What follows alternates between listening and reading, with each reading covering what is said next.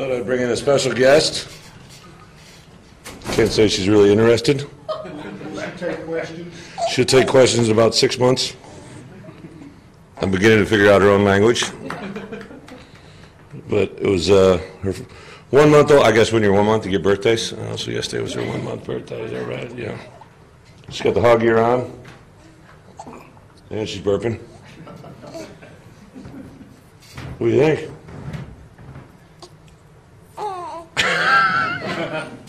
Thought I'd introduce the world. Everybody keeps asking for questions, so. She does call the hogs in her sleep. A lot of times her hands are above her head. So she's all hog. We can't talk about her weight. Jen said we can't talk about her weight.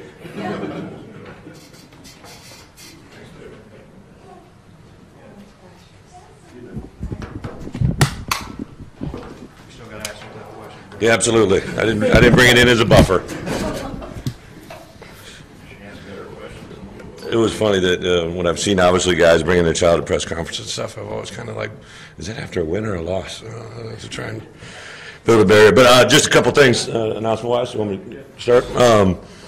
Just to kind of continue that theme, spirit of life, had obviously some bad news last week or this week with the passing of Pat, and actually later today, myself and the 4 captains and Jay Red are going to pop over to his service. The family's asked me to say a few words, so I'll obviously do that. And it was, Pat's a guy that I met the first time here.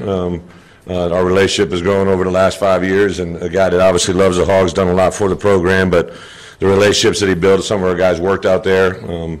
I've tried, Alex and I have played phone tag. I know he's real close with Alex the last couple of days.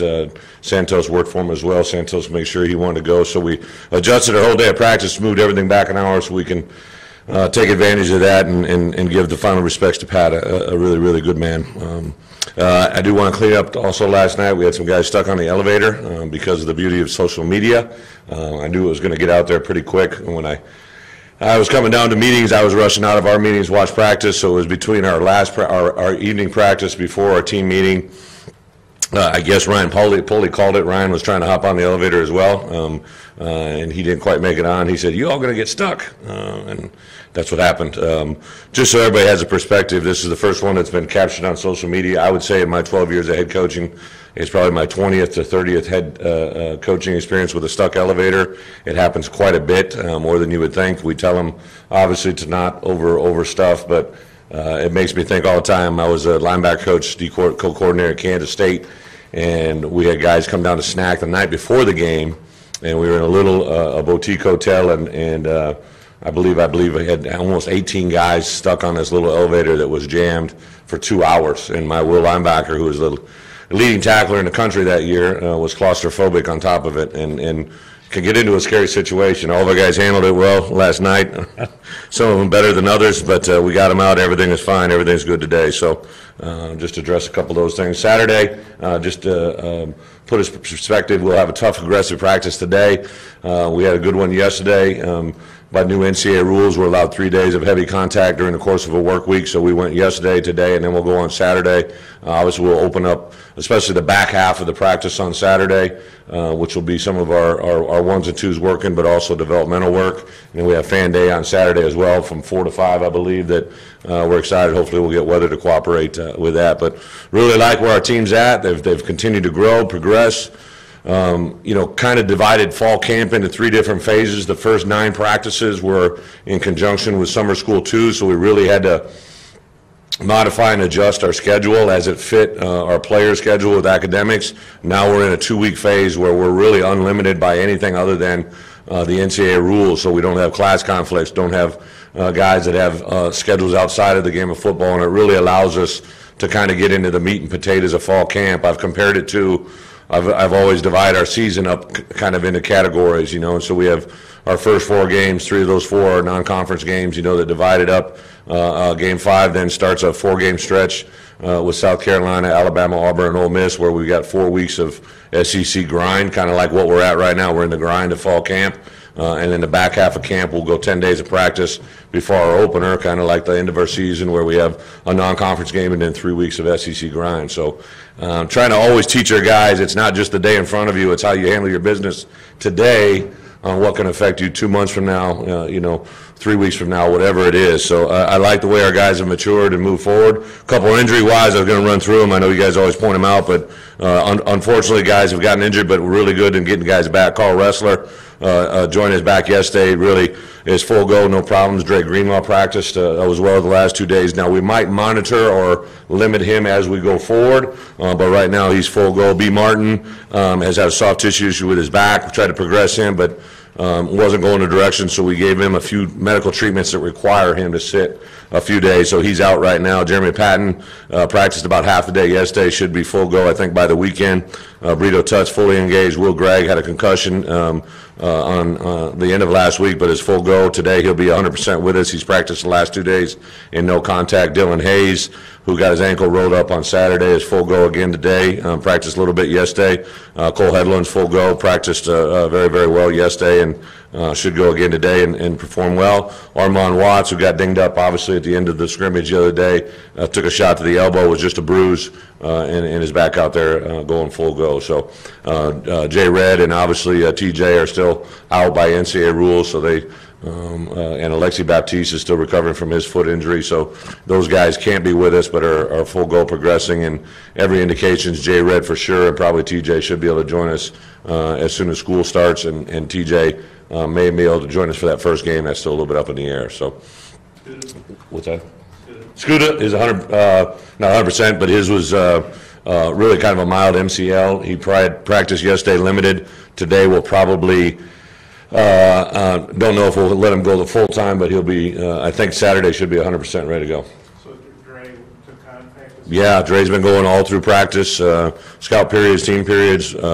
Again, just from a pure, by his history, I don't know how much we'll go every day with him consistently. We may go, during camp, you tend to go a little bit more during the week than you do during game week. Once you get into game week, really Tuesday, Wednesday are tough days, and you have really Monday, Wednesday, or Monday, Thursday, Friday to relieve, to rest, and that's what we're kind of simulating. What kind of camp has Blake Johnson had? Yeah. Is he going to be the guy, and kind of maybe, how would you describe his journey to get to this? Yeah, kind of a neat story of Blake. So Blake was obviously a California kid that we recruited, wanted to get him here on campus, performed well at camp, gave him a scholarship, he committed, and came in, and I did expect him possibly to compete that freshman year. Didn't see the growth of our punter here on campus, Toby, who's doing really, really good for San Diego. So it delayed his involvement, but also allowed him to grow. I think he's a kid physically and mentally needed to grow a little bit. And since the timeout last spring, I heard you had fun with that, has really been on a path of really, really good. I know on Monday and Tuesday he hit the ball extremely well. I give the specialist Wednesday off. They get a little special treatment on Wednesday to kind of just bring their body back, but it's hitting the ball extremely well, and excited about it to see where it goes.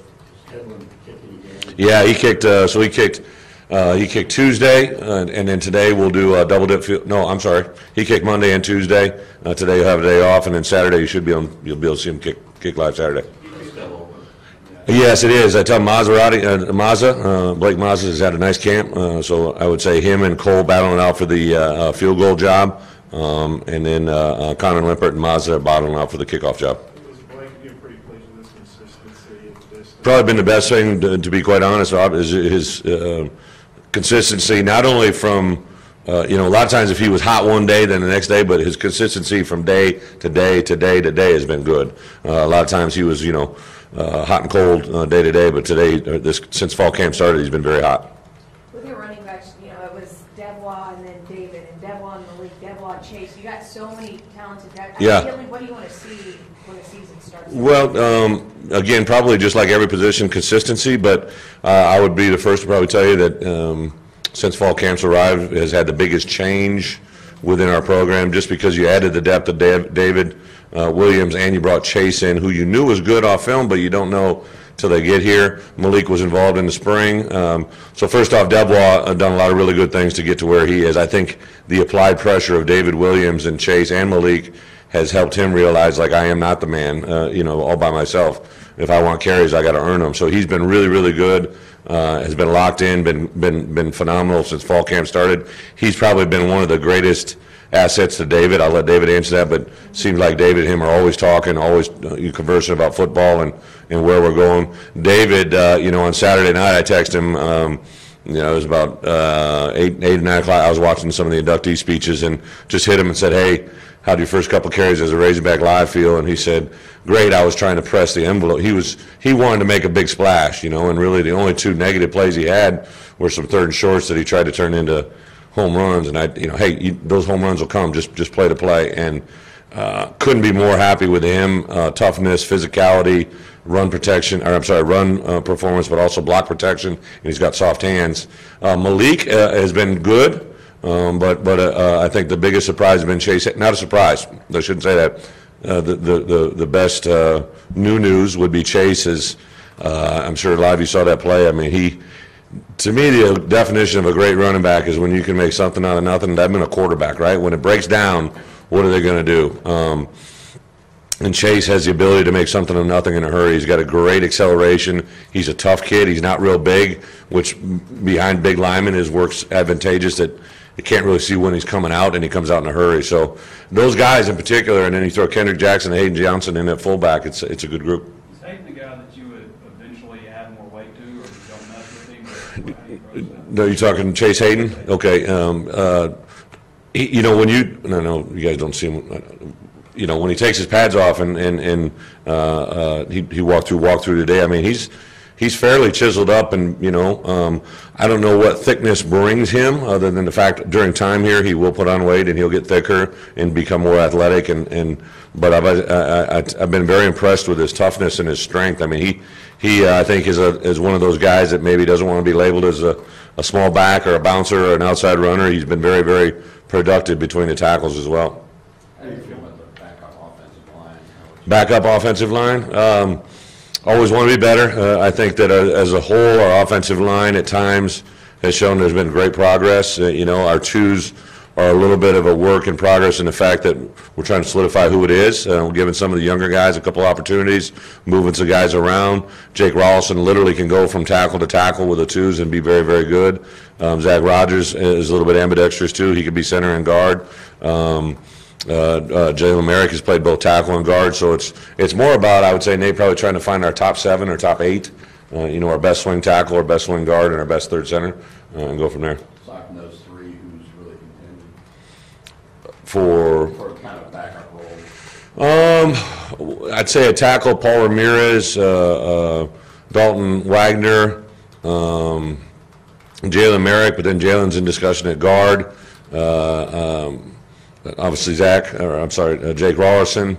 The thing about Jake, he's, I don't know if he's 25 pounds heavier, 20 pounds heavier than when he first got here. And when he first got here, he was underdeveloped. He just hadn't developed the way that I think a 4th-year player in college football should be. And he had to rely on just trying to survive. A lot of times when kids don't have confidence to play physically the way they need to, they revert to trying to put a Band-Aid. They try to position or get in a way or revert to some things to survive. And once you have enough power and strength in our program, you don't have to do those things. And on Saturday, I saw him revert back. So all this week, I've been hammering him about, listen, bro, you've put on 20 pounds. You got great strength. You got great mobility, flexibility, and power. Use them. You don't have to put a Band-Aid on this anymore. So I would say those 3 are probably the best. Yeah. So what I did is, some of you may or may not, I don't know if it was written about, but so I went to Paul really after Saturday's scrimmage, and again, Austin performed very well. And then what I did at halftime is I wanted to let Austin take a seat, but more than anything, I wanted to let Cole and Ty both have 2 opportunities with a 1-0 line. I knew I was going to get 4 series. They didn't really do anything to separate themselves with those 4 series. So I told Paul, let's look at Tuesday and Wednesday. We had 2 mirrored practices. Let's give each one of those guys their day as a number 2. So yesterday was Ty's day as a number 2. Cole didn't take any reps. He just basically observed unless the 3s went. Austin took all the 1s, and Ty performed very, very well. Did some good things.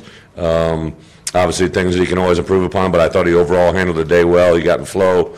The thing I love about Ty in a little bit of a sense that he's a lot like Austin. He He does what you ask him to do. He's going to play within the system. He manages the game. He's got a football sense. You know, with Pops in his background, he's an absolutely great kid. The kids love him, so that's there. I think Cole brings, you know, a different set of strengths. He's probably got the livest arm out of the group, which could be good and bad if you use it right. He's got to play within what we're asking, but I am very excited. I just saw him walking off the field. I said, "You ready?"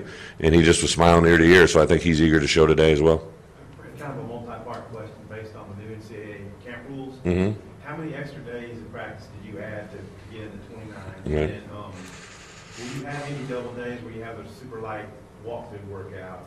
And then do you like the new rules? Yeah, so great question, if I'll remember them all in order. But so really, ever since I became a coach, the standard normal rule has been 29 days, all right? So that's never really wavered. I literally went back in my 11 years prior to this year as a head coach. I had never used all 29 days ever in my entire time. I would think we polled our coaches, and there are very few coaches that even said the same thing. You know, it's usually somewhere around that 25 to 27. So what I did is I took X number of days back from our first game, which is on Thursday, which is the way the NCAA rule kind of lays it out. You could count back, and I counted back, giving everybody I'm a big believer in, you know, the day off for us during the non-school year is Sunday. I want to give everybody the Lord's Day off, have guys that go a chance to go to church. As long as there's not the element of the game on Saturday, to me the best day of rest is Sunday. So we've always given our guys Sunday off, and that even goes back to my past history the last 11 years. But on Sundays, what we had done is we may have brought them over to lift, brought them over and met with them. We would have fan day, we would have family day, we would have a media day with you guys.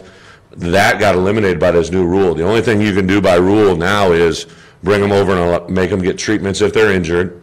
You can make them have a meal, or do anything that's promoting the health of their body, all right? What I've done is I've kind of said, this is your day off, my friend, right? If you're injured, I want you to come over, but the day is yours. We have a soft tissue scheduled for an hour and a half. If they want to come over, they can. I schedule no meals. They get more than enough meals. They got the Jones Center. They got Red Card, which allows them to go around town, and then we provide them enough money in their scholarship checks that's not an issue. So their day, they have a day to themselves. They want to do whatever they got to do. Some guys might live an hour away from home, want to go home. So that's what we've done. I have 29 scheduled practices from the time we started on that Thursday to the time that we play on that Thursday against FAMU. Every day is slotted for 29 practices, all right, with the days off that I have on Sunday. I don't intend to use every one of them. When I feel we need a break, I might pocket it, and then I have one day to play with. I wouldn't expect me to pocket more than 1 to 2, but we'll see how that plays out. The new rules are the new rules. I don't tend to comment whether I like them or don't like them. I just live by them. It's kind of like everything else in life. Just show me the rules and I'll play by them, and we'll make it work from there. And I think that's part of that, selling the kids, you know. As coaches, I remember 3-a-days. I remember days when we would go on the field at 7 a.m. and stay till 7 p.m. and never leave. I sound like one of those old school coaches, but it's true. And the guys that I heard from when I was a player used to say things. So it's just kind of the way we live now, and it's what it is. So you won't have a double day unless it's one of those. It's illegal. Well, you can have a light walk. Well, we do that. So. All right, so like today, it's not a double day. Don't get me in trouble, Tom. All right, so this morning they came over at 8 o'clock. I had them from PBR from 8 to 8:15. 8:15 to 9:15, there were OD meetings. We blow the horn. They got 10 minutes to transition to a special teams walk. I had them from 9:25 to 9:35. From 9:35 to 10 o'clock, they have an OD walk for 25 minutes. And then at 10 o'clock, we have a brunch. Brunch till 1:30, all right, so they get a 3.5-hour break. They're allowed to go do whatever they want to do. Guys that are injured will get rehab. We'll bring them back over this afternoon. They'll have a taping session where they get taped in flights. And then we'll have another special teams meeting for 15 minutes, a half-hour OD meeting. We'll transition them for 15 minutes, and then we'll have a 15-minute pre-practice workout and a 23-period practice. We'll give them an hour-and-a-half break. I always give them an hour-and-a-half break, barring any delays due to elevator failure. And we give them an hour and a half, and then in the evening, at the end of an hour and a half, we come in and have a team meeting. I have them for half an hour, so I'll express my views. Last night, Coach Enos gave about a 10-minute presentation on life motivation. I give every one of my 9 assistants an opportunity to address the entire team during the next 2 weeks. Dan did a Tyson video last night. It was pretty cool. Talked about some things he's learned in his life, and it's really cool for me to watch our defensive players respond to Dan. Paul will give a message tonight, and then we'll work our way through the staff. Richard, you're pretty well known for having an affinity for walk-ons, Mhm. your background. What do you think about the guys like K. Rich who are on scholarship? As long as there are guys like Grant Morgan who are looking pretty good as walk-ons. What do you think about the walk-ons? Well, the NCAA allows you to have 85 scholarship players. You know, I wish that number would bump because I think it's an outdated number. We went through this period where it was unlimited, then it got restricted due to budgets, and now I think we're in that period where it would be kind of neat to jump it to 90 again because I think it would really help things out. But we got to work off that 85 number. Now the NCAA is also, there's this whole thing about if you recruit them, you can't put them on because they count as initial, and we're out of initials. So even if I had a scholarship right now, I can't give one to Grant because we recruited him. So there's all these dynamics. But when that day comes, it's a day that I absolutely, probably one of the most enjoyable professional days of my life when you get to give a kid a scholarship. I remember when I told K. Rich he got a scholarship. I remember when I've been able to reward Reed Miller, you know, Carl Ressler, in the past, some of the specialists, there's a kid named Ricky Wagner who was a free agent this year in the NFL, and I remember we recruited him out of high school. He played 2 years of high school football. He's a 6'5", 230-pound tight end, and ended up getting drafted in the 5th round. And last year signed a contract for I believe $9 million a year. And to call him and talk about his progress from the day when he sat on my couch, and I remember when I gave him a scholarship, he cried like. Is the most I've ever seen a player cry. So those moments are very special. They're very cool. Probably a long answer to your question, but it's so rewarding. And I don't just give them out now. Anybody that gets one, I'm not. You know, it's not like I'm handing them out just to feel good. I've really literally given one scholarship during my entire coaching career that was just that we had one left over, and the person had a great story. But as far as the contributions of the walk-on, the guys on your team. Yeah, well, it's paramount. You know, Ryder Lucas last year, who's a walk-on defensive back from Texas, when we went and statistically broke down our special teams last year and compared them to statistical analysis from other SEC football teams, he was one of the most productive special teams players in the entire conference, just for number of snaps played and his production on every play. So there's a case in point of a guy that, even though a lot of people don't know him right now, he's as deserving of scholarship as anybody. When classes start, and assuming Montero arrives, are you at the 85? With him in it. Yeah, so I've reserved one. Great question. So that's a great question, right? So when you recruit a student athlete, or in our state, right, for instance, like even people that are very close to our program, even possibly right down the road, that you aren't quite sure if they're going to make it academically, you have to make a decision, how many of those guys can you recruit? So if you decide you're going to take 3 academic at-risk guys and all 3 make it, and you were only counting on one of them to make it, you got a problem. If you count on all 3 of them make it and none of them make it, and now you're 3 deficient, now you got a problem. So I think there's a working number there that the NCAA could probably help us out a lot, but it's very difficult, you know, because I'm a big believer too. So, you know, Jeremy Patton came to us supposedly as an at-risk student, right, a non-qualifier out of high school. Took a little bit longer to get here than we wanted. Took, I believe, 2 summer school courses, and then his 1 summer school course, not like 90%. He scored 100%, and he was beaming ear to ear when he was telling me this. And to know that a kid, and we're not doing their work, we're giving them support, we're giving them a formula, we're giving them the tools to have success. And when kids see that and flourish, a lot of times it carries them into so many other areas of their life. It's unbelievable, you know. Saw the feedback yesterday with, obviously, a quarterback on the West Coast made a couple comments about academics and football don't fit. I think that's, for wherever they're at, that might work. For me, it's a premium, you know. There's so many times where maybe a kid doesn't have academic success and he's a mediocre player, but all of a sudden great academic success correlates to great athletic success, and vice versa. It's one of the greatest things we have going in this world of college athletics. All right, you've got some. Go ahead. Development at nose tackle and the importance of that position in the 3-4. Yeah. Can you play several, or is? Great question. I think probably on Sunday we had a 3-hour personnel meeting, and That was the one position. Now, I was a former nose guard, so I'm a little biased. Walk on and a nose guard. I'm biased to big people that are slow. But that position, Bijan, we knew was going to be all right. Capper had done some really good things. But to throw Dylan Hayes into that mix, each one of those three guys probably are, I think, you could say they're a 25 rep guy in a game day, but if you ask them to do 50, you're going to have a diminishing returns. Those three guys, Bijan, Austin Capps, and